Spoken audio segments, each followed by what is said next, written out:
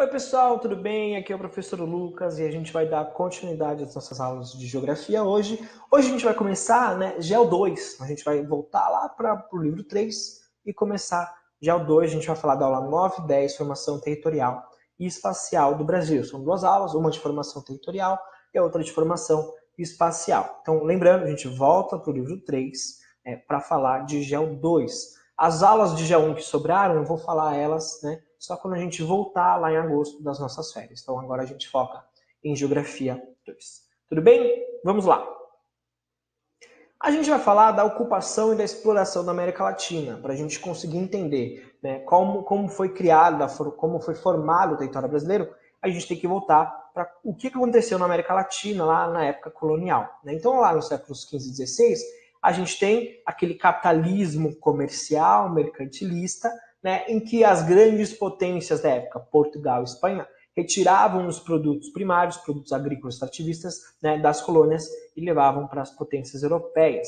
Nessa época aconteceu a acumulação primitiva do capital, ou seja, todo esse dinheiro que foi retirado das colônias, tanto espanholas como as colônias portuguesas, eles vão servir basicamente para os países europeus acumularem dinheiro, acumularem capital. Isso vai propiciar, por exemplo, depois, a Revolução Industrial. O dinheiro de Portugal e Espanha eram todos revertidos para pagar as dívidas com a Inglaterra.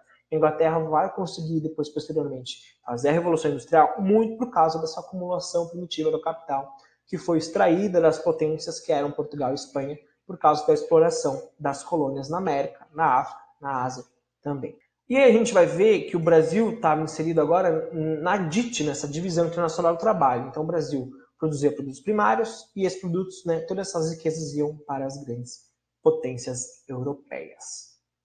Então existia uma disputa entre Portugal e Espanha e o território aqui na América do Sul ele vai ser dividido entre Portugal e Espanha. Esse você já conhece, o Tratado de Tordesilhas de 1494, que dizia que existia uma linha imaginária aqui a 370 léguas do arquipélago de Cabo Verde, que fica na África, e aí isso dizia que a leste as terras eram pertencentes a Portugal e a oeste as terras pertenciam à Espanha.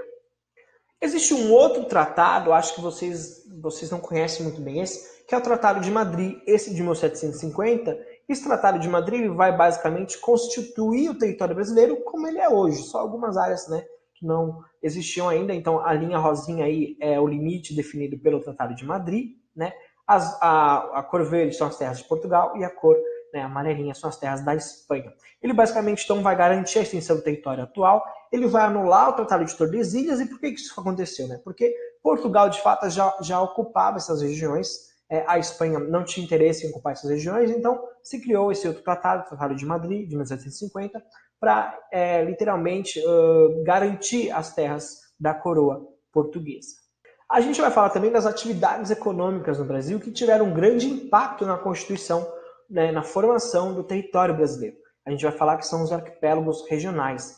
Existiam várias atividades econômicas no Brasil, mas elas não eram interligadas, elas eram bem isoladas. Então são esses arquipélagos regionais, arquipélagos econômicos regionais, atividades isoladas uma das outras, desarticuladas e todas voltadas para exportação. Então a gente tinha produção de cana-de-açúcar no Nordeste, a gente tinha a pecuária na região Sul, a pecuária também na região Nordeste, no interior do Agreste nordestino, a gente tinha a mineração aqui em Minas, a gente tinha o café e a agricultura na região de São Paulo, na região Sudeste, a gente tinha também extrativismo da borracha na região Norte, todas as ilhas, todos os arquipélagos regionais econômicos que não eram articulados, eles eram isolados entre si, e isso vai ajudar a constituir o território brasileiro. A primeira grande atividade econômica no Brasil foi a extração do pau-brasil. Então vai ser a primeira atividade econômica. Então os portugueses chegam, veem o pau-brasil. O pau-brasil vai ser utilizado justamente para tingir as roupas. Ele tinha uma cor avermelhada e era usado para tingir as roupas, principalmente da burguesia e da coroa europeia. A outra atividade que a gente tem no Nordeste brasileiro vai ser a cana-de-açúcar. Então a cana-de-açúcar, principalmente no litoral nordestino, e também uma pecuária. A pecuária era criada no Agreste, na zona da mata nordestina, para levar comida, para levar alimento, couro e animais para a economia canavieira no litoral nordestino. A outra atividade aqui no Sudeste foram, né, a questão da mineração, que começou com os bandeirantes, que eram pessoas que adentravam no interior do território, né, eles queriam basicamente caçar indígenas, né, escravizar indígenas, iam encontrar ouro e prata até chegarem na região de Minas, onde encontraram as jazidas de ouro e prata. A gente tem Ouro Preto, Mariana, são cidades históricas de Minas Gerais. E no sul a gente também teve uma atividade importante que foram os tropeiros. Os tropeiros eram essas tropas, né, de animais, de fazendeiros, que levavam comida até a região de Minas Gerais, levavam comida, levavam porco, levavam animais para serem comercializados na região da mineração. Também teve na região sul as missões jesuíticas, que foram importantes e acabavam protegendo eles da caça dos bandeirantes, mas teve essa questão da catequização, da aculturação dessa população, né, mas foi muito importante no sul do Brasil, também na região norte, onde a gente vai ter adentrar a floresta para procurar as drogas do sertão, que são as ervas aromáticas que só existem no Brasil, como o cravo, a castanha do Pará, o guaraná, o babaçu, o cacau, né? Esse extrativismo na região norte também criou missões jesuíticas naquela região para catequizar os indígenas.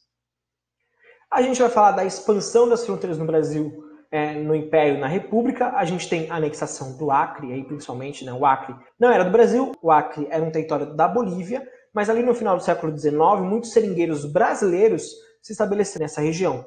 E aí o líder dos seringueiros pediu ao Brasil para que anexasse aquele território. Em 1902 a Bolívia não deu bola e a Bolívia acabou alugando essa região para os Estados Unidos, e aí que se criou uma rebelião, né? Estourou uma rebelião chefiada aí pelo Plácido de Castro, que fundou o Estado independente do Acre, e depois vai ser anexado ao Brasil. O Brasil vai pagar, na verdade, 2 milhões de libras, né, para a Bolívia para comprar o Acre, e isso foi assinado no Tratado de Petrópolis, quando o Brasil compra o Acre por 2 milhões de libras da Bolívia. Aqui a gente tem um mapinha, né, da Constituição do território brasileiro. Então, 1534 com o Tratado de Tordesilhas, 1789 com o Tratado de Madrid, aqui já quase com a nossa Constituição total do Brasil, né?